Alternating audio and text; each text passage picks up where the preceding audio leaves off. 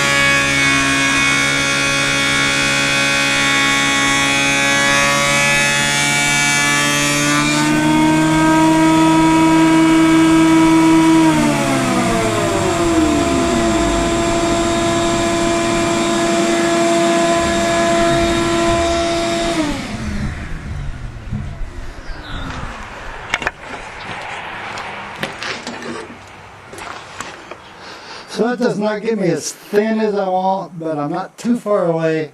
I can sand a lot of that off with the drum sander, and I'm going to have to use it to clean this up anyway. So I'll have to do something about that. But there we go. That's at least a start. It's thinner than it was. I'll get it thinned down with another sander.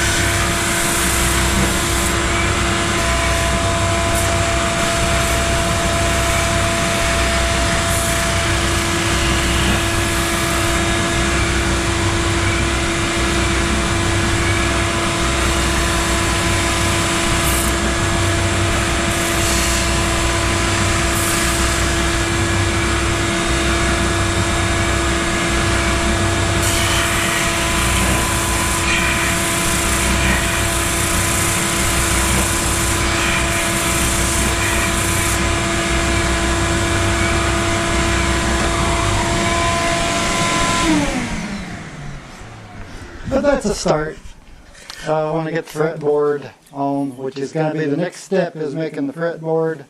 Then I'll take care of all this final sanding and everything, and hopefully get rid of that tear out. I think it will, but we will see.